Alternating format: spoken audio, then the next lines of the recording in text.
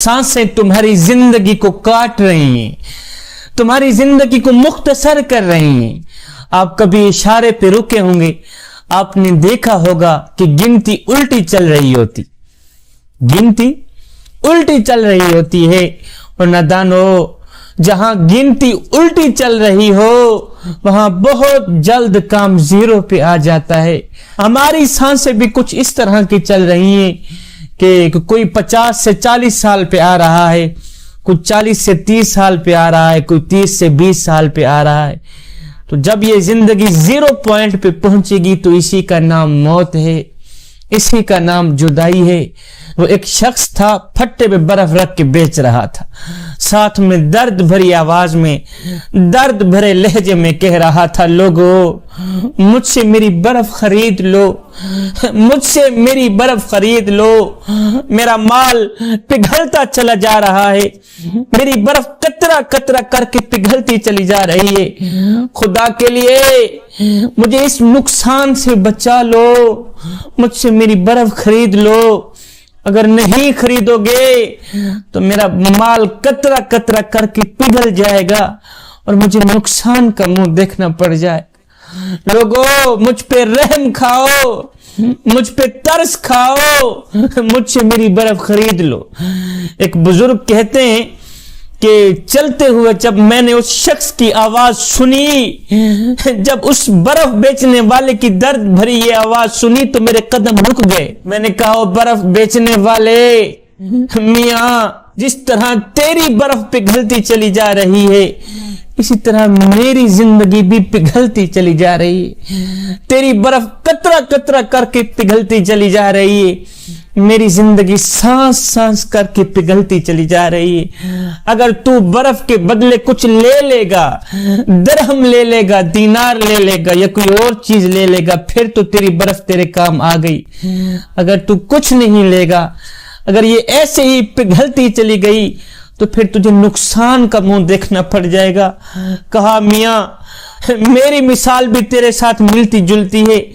कहा, मेरी सांसें भी तेरी बर्फ की तरह कतरा कतरा करके पिघलती चली जा रही।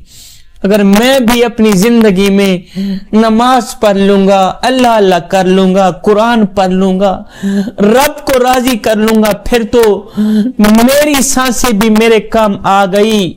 अगर इस जिंदगी में इन चलती सांसों में मैं कुछ नहीं करूंगा तो फिर जिस तरह तेरी बर्फ कतरा कतरा करके पिघल जाएगी, तुझे नुकसान का मुंह देखना पड़ जाएगा। कहा, फिर मियां मेरा हाल भी वही तेरे जैसा होगा। अगर मैं अपनी जिंदगी में कुछ नहीं कर पाऊंगा तो फिर मेरी जिंदगी भी सांस सांस करके गुजर जाएगी। अगर मैं कुछ ना कर सका तो जिस तरह तुझे नुकसान का मुंह देखना पड़ जाएगा, इसी तरह क़यामत के दिन मुझे भी नुकसान का मुंह देखना पड़ जाएगा। आज की इस महफिल में आने वालों, अल्लाह का लाख लाख शुक्र अदा करो कि सांस आपकी भी चल रही है और इस वक्त जो आवारगी में घूम फिर रहे हैं सांस उनकी भी चल रही है। वो आवारगी में फिरने वाले लोग अपनी सांसें बेच के पता नहीं क्या खरीद रहे हैं। मुबारक हो तुम्हें कि इस वक्त तुम अपनी सांसें बेच के अल्लाह का दीन खरीद रहे हो।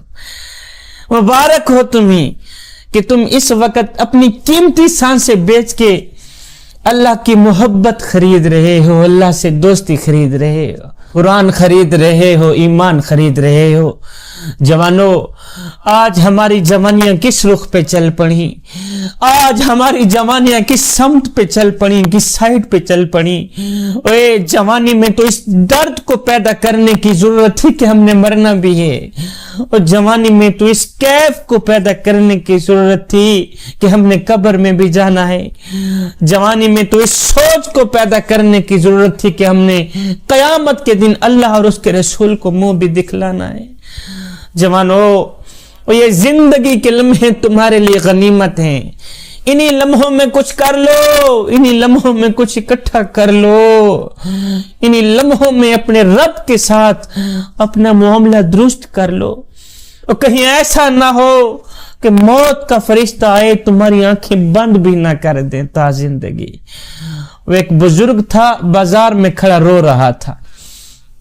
किसी ने देखा, पूछा बाबा जी क्या हुआ, किसी ने मारा है, किसी ने पीटा है, किसी ने दुख दिया है, दर्द दिया है, भूख लगी है, किसी ने खाना नहीं दिया, प्यास लगी है, किसी ने पानी नहीं दिया, क्यों रो रहे? कहा ना बेटा ना, ये मेरे मसले नहीं। कहा फिर क्यों रो रहे? उस बाबा जी ने कहा बेटा रो इसलिए रहा हूं, आज मेरे मन ने मुझे कहा कि क्यों ना मैं रब की बंदों से सुलह करा दूं। मेरे दिल ने मुझे कहा कि क्यों ना मैं बंदों की रब से सुलह करा दूं। कहा फिर क्या बन? कहा बेटा ना पूछ, वो तो मानता है, ऊपर वाला तो मानता है, ऊपर वाला तो कहता है ले आए नहीं मेरी चौखट पर, और ले आए कम वक्तों को मेरी दहलीज पर, एक आंसू से सारे के सारे गुनाह धो डालूंगा। इनको बोल एक बार मेरी चौखट पे आकर तो देखें, एक बार अपना सर झुका कर तो देखें, और बख्शिश की हद न कर दूं मुझे रब्बुल आलमीन भी न कहना, बख्शिश की इंतहा न कर दूं मुझे रब्बुल आलमीन भी न कहना। बेटा मैं उनके साथ इनका मामला दुरुस्त करवाना चाहता हूं, उनसे सुलह कराना चाहता हूं। ये लोग मुझे घूर घूर के देखते हैं, उल्टा मुझे मारते हैं, मुझे तंग करते हैं। मुर्गे से किसी ने पूछा ना कि लोग तुम्हें जीने नहीं देते, काट डालते हैं, ऐसा क्यों करते हैं? मुर्गे ने जवाब दिया मियां दूसरों को जगाने वालों का हाल यही होता है, जो दूसरों को जगाते हैं ना फिर लोग उन्हीं काट ही डालते हैं, लोग उन्हीं मार ही देते हैं। खैर दूसरे दिन यही बापा कब्रिस्तान में खड़ा रो रहा था, यही बुजुर्ग बाजार में रोने वाला बुजुर्ग दूसरे दिन कब्रिस्तान में खड़ा रो रहा था। किसी ने देखा, पूछा बाबा तेरी भी अजीब कहानी है, और कभी कभी तू बाजारों में रोता है, कभी कभी कब्रिस्तान में रोता है, आज क्या बना? कहा बेटे आज भी मेरा वही कल वाला ही मसला है। कहा आज क्या बना? कहा आज वैसे मेरा प्रोग्राम बना के मैं कब्रिस्तान वालों की रब से सुलह करा दूं। कहा फिर क्या बना? उस बाबा जी ने कहा बेटा कब्रिस्तान वाले तो रो रो के दुआएं मांग रहे हैं, मेरे करीम रब हमें माफ कर दे, हम तेरे साथ सुलह करना चाहते हैं, हमें माफ कर दें। लेकिन वो आवाजें दे रहा है नहीं नहीं नहीं नहीं, अब कोई माफी नहीं, अब कोई सुलह नहीं, अब जो माफी का दरवाजा था वो बंद हो चुका है।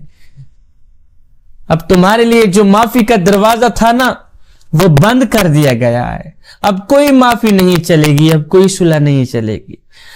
कब्रिस्तान वालों के लिए दरवाजा बंद कर दिया गया है, मियां हमारे लिए तो दरवाजे खुले हैं। वो तो आवाजें दे रहा है, और मेरे करीम नबी की उम्मती एक बार तू मेरी चौखट पे आकर तो देख, एक बार अपना दामन फैला कर तो देख, बख्शिश की हद न कर दूं मुझे रब्बुल आलमीन भी न कहना, बख्शिश की इंतहा न कर दूं मुझे रब्बुल आलमीन भी न कहना।